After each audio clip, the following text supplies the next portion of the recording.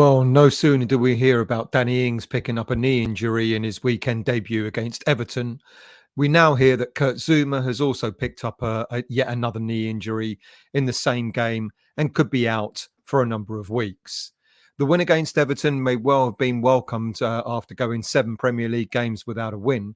Our last victory was a 2-0 home win over Bournemouth, which was before the World Cup back in October. However, this win seems to have come at a great loss. So let's go through the players and talk about their injuries and the updates and when they might be all due back. First off, let's talk about Kurt Zouma, as I've just mentioned. In the game against Everton, we all saw Zouma hobbling for most of the first half after going into a challenge. Yet, despite our concerns, he came back in the second half. He seemed fine, and we all thought no more of the knock that he picked up. When the World Cup break was on, the club decided that Zouma would have knee surgery on the problem that had been bugging him for quite some time. He had an arthroscopic knee washout, which was carried out, and we were told that it would take about 6 weeks for the player to recover. Now, we don't believe that it's the same knee. That's what we've been told. That injury kept Zouma out, or the recovery kept Zouma out for the first 5 games after the World Cup break. He missed the Premier League defeats against Arsenal and Brentford.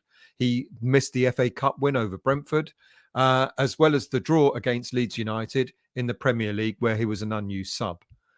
So his much anticipated return to the first team to finally partner Naif Gerd in defence was a welcome sight at the weekend. But our pleasure seemed to, our pleasure to see Zouma return, as well as the relief of getting the 3 points, was pretty short-lived. We now hear that despite playing through that injury, it is again another knee injury that he's picked up, and it's likely to keep him out for a number of weeks. Now, there's an awful lot of suggestion that he could be out for up to 6 weeks, anything between 4 to 6 weeks. And I'm recording this late on late on Tuesday night. And I've been told that the injury is probably no worse than a couple of weeks. Now, if that's the case, he will obviously miss the Derby game. I probably expected him to anyway. He probably would have been rested for that. But it could be that he might just be back for the Newcastle game. But at worst case scenario, he'll be back for the game after that. We understand the injury is not related to like I said, to the injury that he had surgery on, and he had bruising on it after the game against Everton. And it was only when the bruising went down that West Ham could identify the extent and diagnose the injury itself. With West Ham having decided to grant Craig Dawson his wish to move back up north, West Ham now need to make a decision whether to go back into the transfer market to get a backup in central defence, or whether we hope that Zouma does come back within a couple of weeks and stick with what we've got. The main central defenders that we've been linked to in this transfer window include Tosin Adarabioyo from Fulham, Harry Souttar from Stoke City, and Michael Keane from Everton. With regards to Adarabioyo, he's a decent young player. We were linked to him when he was out on loan to Blackburn while he was a Man City player way back in 2019-20. When he returned to Man City, Fulham immediately put a bid in for him and snapped him up for a mere £1.5 million. He has since played 93 games for Fulham in all competitions and was part of the team that won promotion back to the Premier League. He's been in and out of the first team with 15 appearances, of which were 12 starts in this season. And ironically, he's being currently kept out of the team by ex-West Ham United player Issa Diop. At 25 years of age, he has 18 months left on his contract, and there is speculation that he may not want to sign an extension to that contract. However, it's uncertain whether Fulham will want him to leave midway through this season, and they might be reluctant to sell him at the end of the season for a slightly lesser fee. Next up is Harry Souttar. At 24 years of age, Souttar is most definitely one of the finer prospects plying his trade in the Championship with Stoke City. He came through the Dundee United youth ranks before signing for Stoke back in 2016 for a nominal fee of just £200,000. He then spent 3 years going out on loan to several clubs and then established himself in the Stoke City side from 2020 onwards. He's made 70 appearances for the club and has picked up quite a few admiring glances for his performances.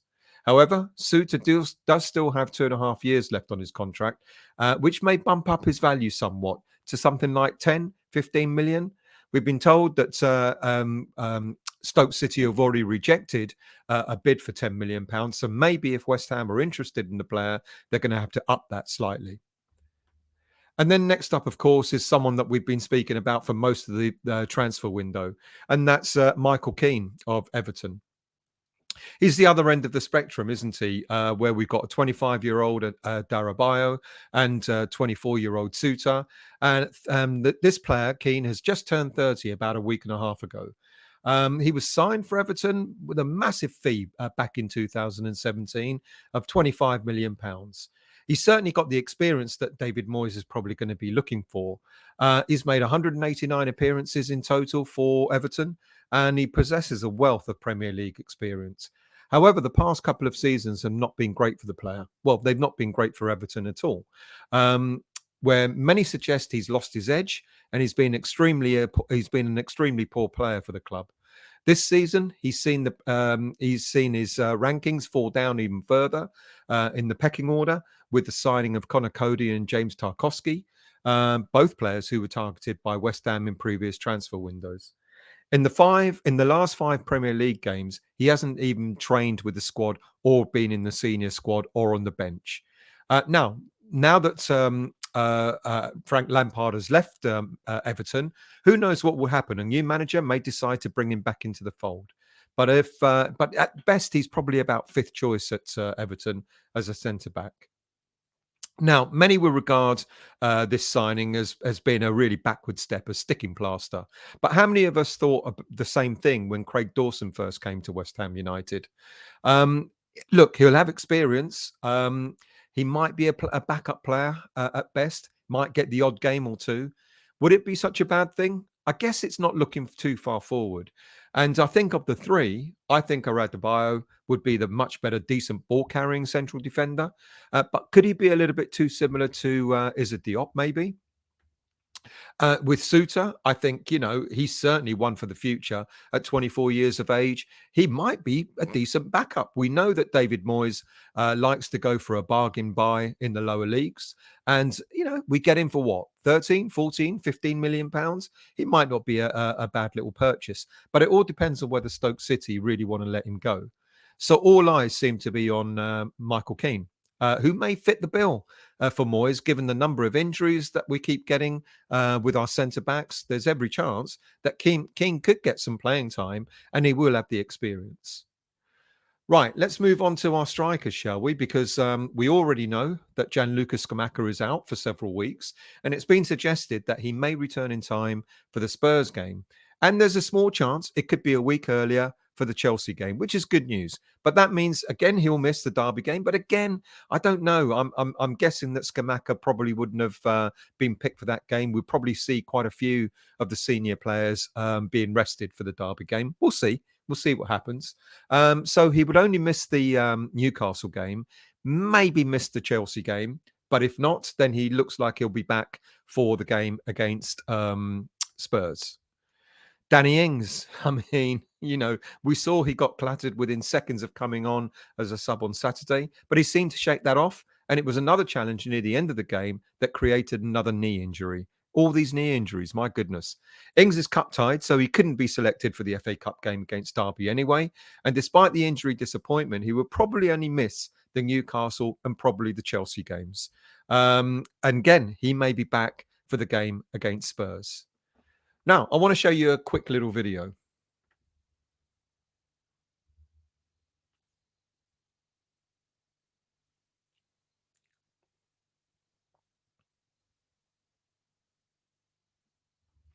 Anyone recognise who that may be? Yes, it's Maxwell Cornet. Maxwell Cornet is rumoured to be on his way back, and this time This time, hopefully, it will happen rather than the last time when it was a false alarm. That short video showed Maxwell Cornet doing some high intensity training in the gym, and it suggested that he too is not far from full fitness. The last game that Cornet played was in the 2-0 home win against Wolves right at the beginning of October last year. He played just 35 minutes in that game, and since then, as we all know, he's been diagnosed with a rare calf injury. There have been a number of false dawns in his return. We saw that he was training with the rest of the squad after in December, but he broke down again during training. He has had a series of injections, and recently the recently loaded video on his social media showed him undertaking some strenuous gym training. We don't know if he's had the surgery. It looks like maybe the injections that he's had have probably done the trick. And it's also suggested that he too could be back for the London derbies, for the Chelsea and the Spurs games. Now, because of all this, there's a second thought about whether we look at bringing any more players in the transfer window. We've got Bowen, Antonio, Scamacca, Ings, Cornet. When all fit, they'll all be available to play in that striker role. So Moyes may decide that he no longer needs any further reinforcements in attack. As we all know, we've tried to get En-Nesyri as well as Terem Moffi, but both players don't fancy coming to West Ham United. And now that the welcome news of Cornet finally being due back, it looks like we might certainly stick with what we've got. But I guess we're all going to worry, aren't we? Every time one of these players gets a knock, goes down under a challenge, etc., we're all going to wonder if they're going to be out for any length of time again. We've got a hell of a lot of injuries or hell of a lot of injury-prone players in the squad, and I hope that eventually doesn't come back to bite us. Thank you all for watching. Do subscribe to the channel if you're new. Hit the like button as well, which will help the channel, and hit the bell notification to let you know when I'm next on. And I'll see you all very soon.